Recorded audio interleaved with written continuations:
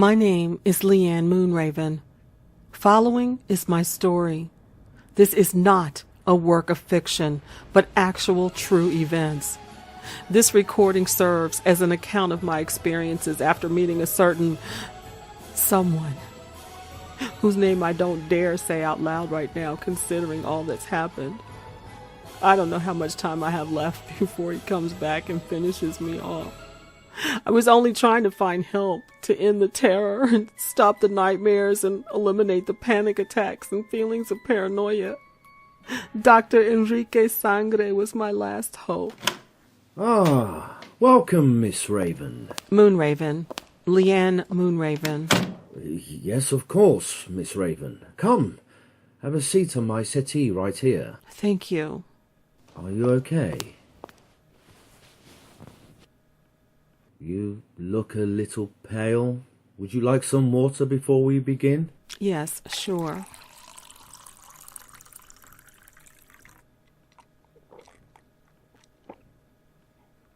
Better? Yes, thank you. I've read your file, Miss Moonraven, very carefully. I see you suffer from coulrophobia. From what? Coulrophobia, the fear of clowns. No, I don't suffer from whatever you called it. I've never feared clowns a day in my life. The only thing I suffer from is him. Him? Ah, yes. The one you call Bleeding Critic. The Banksy of horror. The underground critic. The horror vigilante. Ugh, you sound like a damn commercial. Stop. Ah, yes, of course. I was just reading through my notes. Miss Moonraven, why don't you tell me what's happened and why you're here? By the way, may I call you Liane? Yeah, sure. Okay. I started a talk show podcast about 4 years ago and had gotten quite a following. The show became very popular quickly, and before I knew it, I guess you'd say I'd become a mini celebrity. I got most of my guests and followers, for that matter, on Twitter. Twitter has its plus and minuses. So, for example, for sales and marketing and actually making money, it sucks. But for networking and making solid business contacts, it's perfection. So I got hundreds of new followers every week. I made it a habit to always check out my followers just to make sure, that they weren't some nasty porn account, and to always follow through on possible business relationships that could develop from me following people. But, one day Twitter changed my life. I was going through my new follower list and I couldn't help but notice a picture of a clown. A clown? Yes, a clown. But not just an ordinary clown. And what draws your attention to that particular clown? Well, this clown had electrifying bright red hair and startling big, beautiful blue eyes, and his teeth. He had razor-sharp, deadly-looking teeth that looked like they could tear you to shreds. The more I stared at his image, the more I got drawn in. Yes. Go on.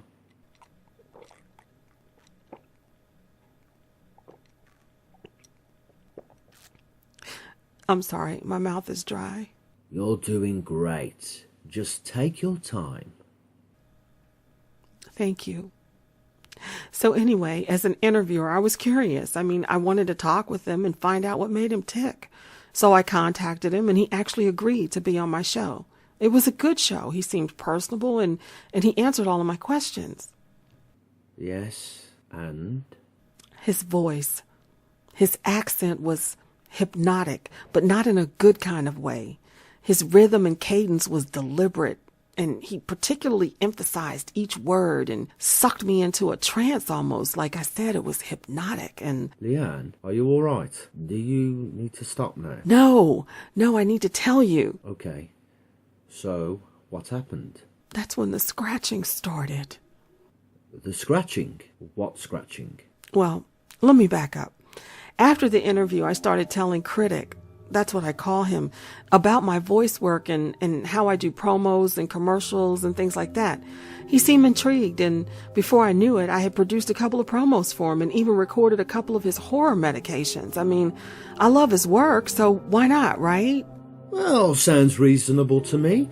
You built up a fine working relationship with him. There's nothing wrong with that at all. Well, yeah, I thought so too, but like I said, that's when the scratching started. Yes, you said that. But what kind of scratching? You mean actual scratches, marks on your person? No, I don't mean on my person. I mean scratching, like in the walls, in the floor, everywhere. I started hearing it under my bed when I tried to sleep. It was everywhere. The scratching, non-stop scratching. I knew it was him. Then my ears started burning like something was deep inside, just laying on my eardrums, and the headaches. Oh my God, so blinding. I thought my eyeballs were gonna explode. It was just horrible. Here, now, take a tissue. Continue when you can. Thank you. So my friend started telling me I was acting weird too, and I didn't know what weird meant though. Yes, Liane, you're doing great. Weird how? Well, I would sit and stare at his picture. Sometimes for hours. I would play his reviews and horror medications, particularly my favorite one, pepper and salt, just over and over and over. It's like I'm obsessed, or possessed is more like it. Oh, it sounds like you just have a crush. A fangirl fascination with the mysterious man behind a mask. How do you know it's a mask? Pardon me? I said, how do you know it's a mask? I mean, I've worked with him for 3 years now, and I've never seen his face.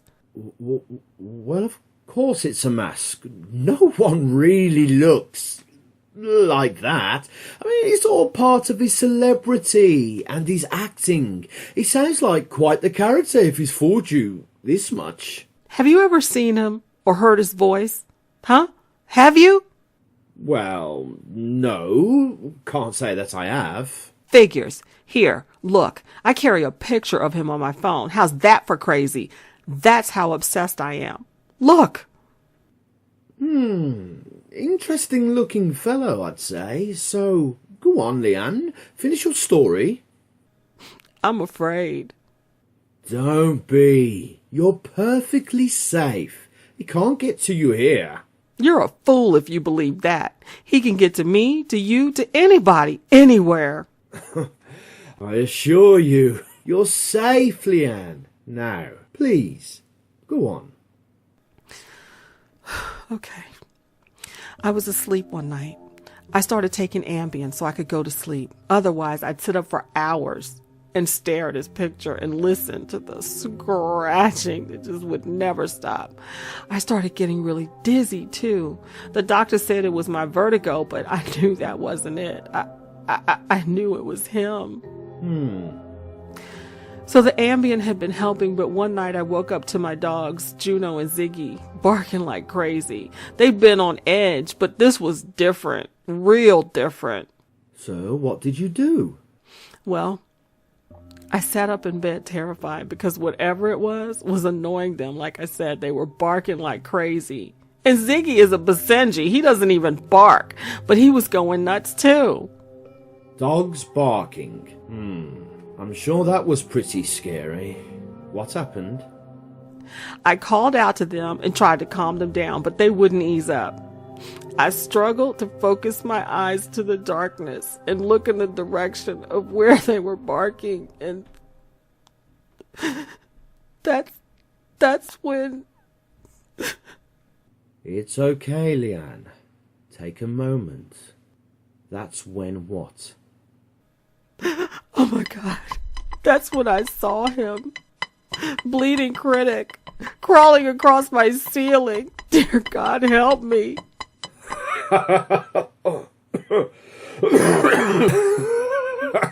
Oh, dear. I'm sorry. Well, Liane, This sounds like a simple case of fatigue. You're just exhausted, hallucinating, caving to the stress and pressure of your work and an overactive imagination. No, it's not. You write horror yourself, don't you? Yes. My partner James and I, and my whole cast, we all do. In your file, the paperwork you filled out says you work 20 hours a day and function on roughly 3 to 4 hours of sleep per night. Nobody can survive for very long on that amount of sleep, Liane. Sleep deprivation is taking its toll on you, my dear. That's all. But lack of sleep coupled with this crush or infatuation with the clown. Bloody Critic. bleeding Critic. It's bleeding Critic. And please, Dr. Sangre, please don't provoke him. And it's not a crush or infatuation. Bleeding whatever his name is. Look, Liane, look all around the office. There's no one here and there's no one listening. We're all alone. See? But I'm going to increase the dosage of your Ambien to better help you sleep, give you a prescription for diazepam for the anxiety, and send you for a complete and thorough psych evaluation. All this horror you've surrounded yourself in, you poor thing, you're having trouble discerning what's real and what's not. We'll get to the bottom of this before you know it. I would also suggest you stay away from Bloody Creek and any images of him.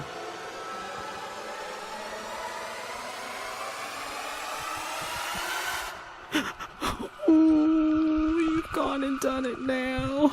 Here he comes. I warned you. What?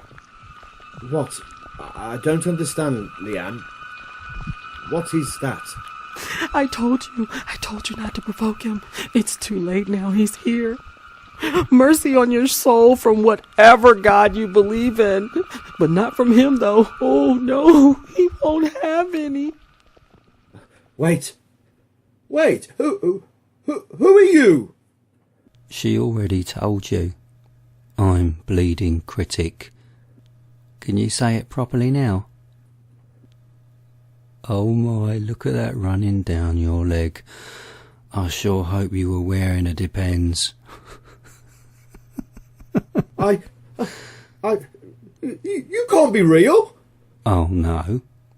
Watch this then. My. Oh, that was delicious. A little gamey, but delicious. Well done,